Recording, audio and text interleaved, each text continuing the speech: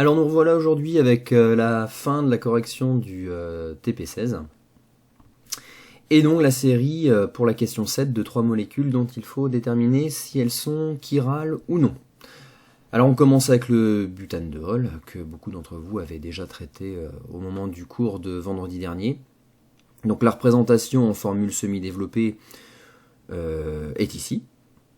Évidemment, donc il fallait repérer un carbone asymétrique placé ici. Alors pourquoi est-ce un carbone asymétrique? Je rappelle qu'un carbone asymétrique, c'est un atome de carbone qui est lié par 4 liaisons simples à 4 groupes d'atomes différents. Alors quels sont-ils pour s'en assurer là? Il y a tout d'abord l'atome d'hydrogène, auquel il est lié, le groupe hydroxylo-H, le groupe CH3, et également le groupe CH2CH3, donc on a bien 4 groupes d'atomes différents, ce qui fait que ce carbone-là est asymétrique.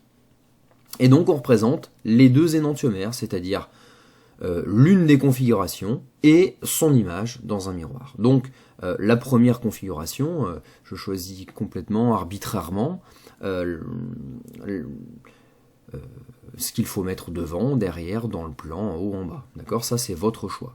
Et puis ensuite, hop, on représente dans le miroir son image. Donc on a bien deux molécules différentes, non superposables et images l'une de l'autre dans un miroir. Évidemment, elles sont chirales. Alors, petite parenthèse quand même, ces deux molécules-là, je les ai ici sur le logiciel que vous avez utilisé déjà l'autre jour en TP. Donc on les reconnaît effectivement, le carbone asymétrique est ici, il est ici de l'autre côté pour l'image dans le miroir. Le groupe OH dans le plan, d'un côté comme de l'autre, l'atome d'hydrogène dans le plan ici également.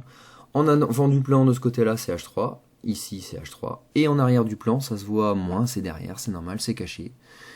Le groupe CH2, CH3. CH2, on le devine ici, CH3. Alors, vous imaginez aussi également le miroir plan au milieu de la figure. Hop, pour voir mieux, voilà, on distingue peut-être un petit peu mieux ici, CH2, CH3, CH2, CH3. Ok?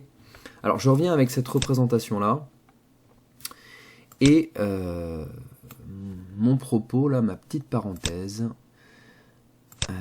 est celle-ci. Alors, je retourne cette molécule-là, hop, et je remets tout ça dans le 3D Viewer. Alors regardez bien, j'ai juste retourné celle de droite de 180 degrés, hein, donc je ne l'ai pas changé la molécule, je l'ai juste tournée. Ce dont on se rend compte, c'est quoi?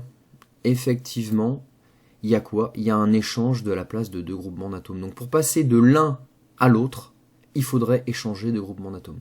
Je pense que vous en êtes rendu compte. Le groupe CH3 ici, en avant du plan, il est remplacé par CH2CH3. D'accord? Et ici, le groupe CH2CH3 en arrière du plan, il est remplacé par CH3. Il y a bien donc eu un échange entre ces deux groupes d'une molécule à l'autre. Donc il faudrait casser les liaisons, finalement, pour passer de l'une à l'autre. Voilà, je voulais encore insister là-dessus.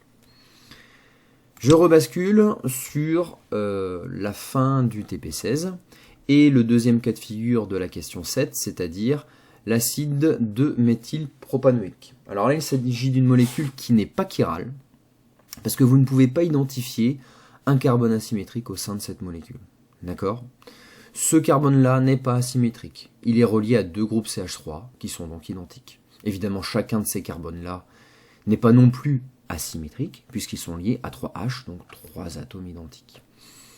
Attention, ici on a un carbone qui n'est pas asymétrique, car je vous le rappelle, un carbone est asymétrique s'il fait 4 liaisons simples vers 4 groupes d'atomes différents. C'est évidemment pas le cas si le carbone est engagé dans une double liaison. D'accord? Et enfin, la 4-méthylpentane 3-amine. En formule semi-développée, on se rend compte assez facilement qu'il y a un et un seul carbone asymétrique situé ici. Et donc, encore une fois, on choisit arbitrairement la première représentation du premier énantiomère. On choisit ce qu'on met devant, derrière, dans le plan, en haut et en bas. Et on donne de l'autre côté du miroir l'image de cette première molécule. Et on a ainsi deux énantiomères, image l'un de l'autre dans un miroir, mais du coup non superposables, puisque ils sont chiro tous les deux.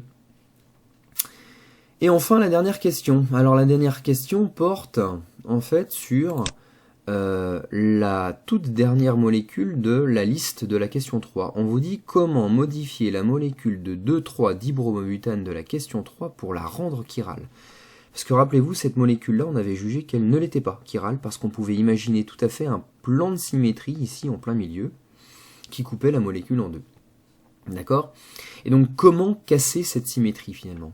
Comment faire en sorte que la molécule du coup soit chirale? Eh bien pour casser la symétrie, il suffit tout simplement d'inverser la configuration de l'un des carbones asymétriques. En faisant quoi? Je vous l'ai montré sur ChemSketch il y a quelques instants, en échangeant la position de deux groupes d'atomes. C'est ce que j'ai fait. Reprenez votre énoncé. Le groupe H, enfin l'atome H et le groupe CH3 ont vu leur place échanger ici. J'ai mis l'un à la place de l'autre et l'autre à la place de l'un. Et évidemment, ça casse la symétrie. On ne distingue plus de plan de symétrie ici qui couperait la molécule en deux. Et donc, de ce fait-là, on a une molécule qui est chirale. Regardez bien. J'ai donc représenté ici cette molécule-là et son image dans un miroir qui n'est pas superposable à la première. Regardez bien. Hop, je la prends. Je vais essayer de la superposer à l'autre. Hop, je la fais remonter un petit peu. Tiens, à droite ça marche, mais à gauche ça marche pas. Il y a un CH3 en arrière du plan à la place d'un H, et en avant du plan, un H à la place d'un CH3. D'accord? Donc les deux molécules sont bien non superposables. Ok? Et même en la tournant dans tous les sens, hein, vous ne pourriez pas retrouver cette molécule-là. Si vous n'en êtes pas persuadé, vous pourriez peut-être me dire, bah, faisons-lui une rotation de 180 degrés, donc ce carbone-là passerait à droite, et du coup, ce qui est en arrière passerait devant, ce qui est en avant passerait derrière. Mais du coup, le CH3, s'il passait devant, à droite, il serait sur le H. Le H qui est ici en avant, en faisant la rotation de 180 degrés, passerait derrière sur le CH3. Donc, par n'importe quelle opération de rotation, par n'importe laquelle, on ne pourra pas retrouver cette molécule-là, dans la mesure où celle-ci, que je remets à droite, est bien différente de la première. Voilà, très bientôt je vous fournis un résumé sur tout ce qu'on a vu en stéréochimie. Et je vous donnerai également le travail pour la suite.